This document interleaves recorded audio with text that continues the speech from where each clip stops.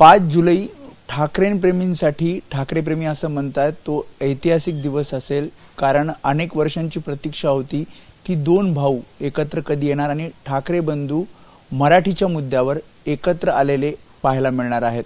आणि या सगळ्या संदर्भात बोलण्यासाठी आपल्यासोबत उद्धव ठाकरे, राज ठाकरे यांचे मामा चंद्रकांत वैद्य आपल्यासोबत आहेत. मामा नमस्कार. आधी पण मी खूप मुलाखती तुमच्या बघितल्या, त्यामध्ये तुम्ही म्हणत होतात की ते यायला पाहिजे आणि अखेर तो दिवस आलाय. 5 जुलैला जेव्हा हा भव्य विजयी मेळावा होणार आहे, तुम्ही जाणार आहात? पहिल्यांदा मी इतके दिवस सांगत होतो आणि तुम्हाला पण बोललो की खुदा के घर देर आहे मगर अंधेर नाही आहे, आणि तो दिवस लवकरच आता आलेला आहे आणि आशेची किरणं दिसत आहेत. सूर्य लवकर उगवेल आणि 5 तारखेचा विषय आहे, तर मी नक्कीच उपस्थित राहणार.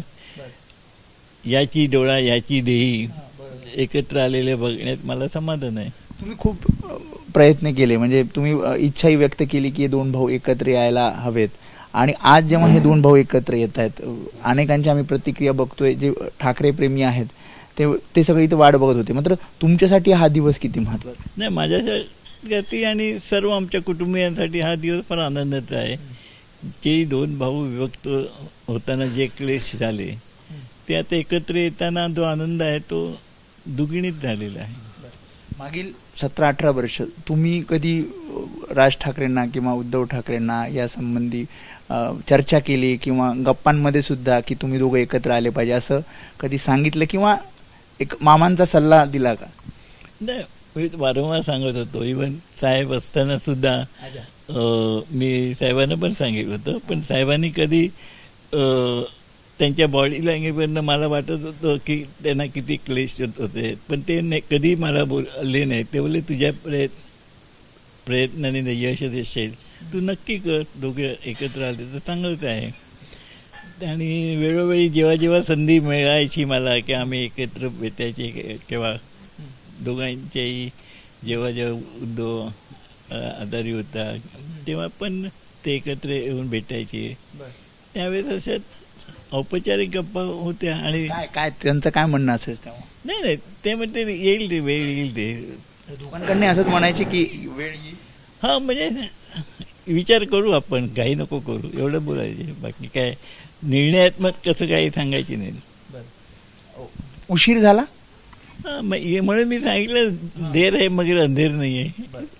दोघांना एकमेकांची गरज आहे सध्याची जर राजकीय परिस्थिती बघितली तर, आणि त्यामुळे एक यावे अशी लोकांची भावना, कार्यकर्त्यांची, पदाधिकाऱ्यांची भावना आहे. हो, ती आहे ना, नक्की सगळ्यांची भावना आहे. पर्टिक्युलरली मराठी माणसावर जो अन्याय आता गेले 5-6 महिने ज्या ठिकाणी मारामाऱ्या आणि जी आरेरावी चाललेली होती, त्याला कुठेतरी आळा घालण्यासाठी मराठी माणूस एकत्र येणं हे अत्यंत गरजेचं होतं. कुटुंबामध्ये पण आनंदाचं वातावरण, म्हणजे कार्यकर्त्यांमध्ये ठीक आहे, मात्र कुटुंबामध्ये, कारण मागच्या 2 महिन्यापासून चर्चा सुरू झाल्यानंतर अनेक जण कुटुंबामध्ये कसं वातावरण आहे हा पण एक विषय चर्चेचा आहे. नाही, कुटुंबामध्ये वातावरण आनंदीत आहे ना. फक्त काय मी काय किचनमध्ये जात नाही, त्यामुळे किचन कॅबिनेटचं मला काय माहिती नाही, फक्त जेवायला जातो. आणि मी या गोष्टी कुटुंबामध्ये कधी चर्चेला येत नाही, सगळ्यांना आनंदच वाटतोय.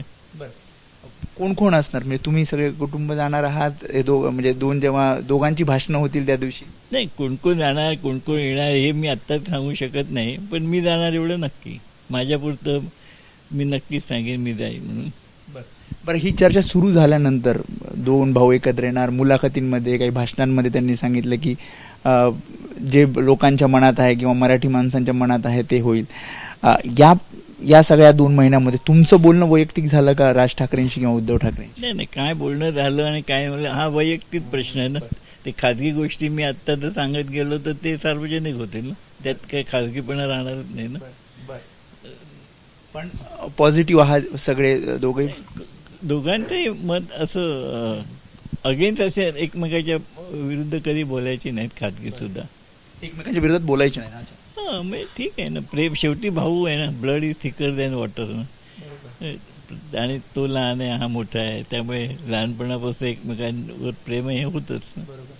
तुम्ही मला शेवटाकडे येतो मी, काय पॉझिटिव्ह गुण आहेत दोघांमध्ये, आणि आता या सगळ्या सिच्युएशनमध्ये ते कोणते गुण दोघांना सोबत ठेवतील किंवा एकत्र आणतील किंवा भविष्याचा विचार केला तर?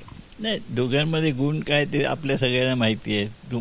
माझ्यापेक्षा तुम्हाला लोकांना जास्ती माहिती आहे. पण दोघंही चांगले कलाकार आहेत, दोघंही हौशी आहेत, दोघंही मनमिळावू आहे आणि दोघांनाही राजकारण चांगल्या पद्धतीनं कळतं, कारण दोघंही साहेबांच्या कुशीत वाढलेले आहेत. त्यामुळे त्यांना अधिक सांगण्याची काही गरज नसते, ते सुजाण आहेत. मामा जेव्हा भेटणार तेव्हा मामा काही सल्ला देणार आहेत का 5 जुलैला? मी सल्ला देणार आहे, कोण सल्ला देणारे बरेच जण आहेत. मी फक्त आशीर्वाद देणार आणि शुभेच्छा देणार, एवढंच माझं कर्तव्य आहे.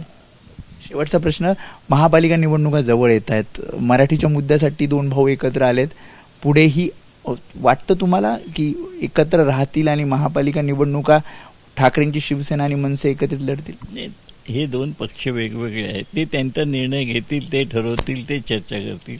त्याच्याविषयी मला आज काय कॉमेंट्स करण्याची इच्छा नाही आहे, काय करू शकत नाही मी. तर दोघांना वेळ आली की दोघंही चर्चा करतील आणि नंतर काय तो निर्णय त्या मराठी माणसाच्या हिताचा घेतील, एवढं मला अपेक्षा आहे. त्यामुळे हे जसं त्यांनी सांगितलं की 2 भाऊ एकत्र यावे यासाठी आधी प्रयत्न केले जायचे. त्यांनी सुद्धा अनेकदा इच्छा व्यक्त केली. उद्धव ठाकरे असतील, राज ठाकरे असतील, अगदी बाळासाहेब ठाकरेंसोबत सुद्धा त्यांनी या सगळ्या संदर्भात चर्चा केली होती. मात्र ते म्हणतात देर आहे दुरुस्त आहे, 2 भाऊ एकत्र येत आहेत आणि 5 जुलैला हे 2 भाऊ एकाच व्यासपीठावर दिसतील. आणि स्वतः राज ठाकरे आणि उद्धव ठाकरे यांचे मामा चंद्रकांत वैद्य सुद्धा म्हणतायत की मी सुद्धा 5 जुलैला तिथे जाणार आहे. आणि भविष्यात राजकीयदृष्ट्या ते एकत्र राहतील की नाही माहीत नाही, मात्र मराठीच्या मुद्द्यावर 2 भाऊ एकत्र येताना अनेक जण पाहतील. आणि याची खरं तर उत्सुकता आहे की त्या दिवशी भाषणं नेमकी 2 भावांकडनं काय होतात. कॅमेरामॅन अनिल संगारेसह मी वेदांत नेब, एबीपी माझा, मुंबई. एबीपी माझा, उघडा डोळे बघा नीट.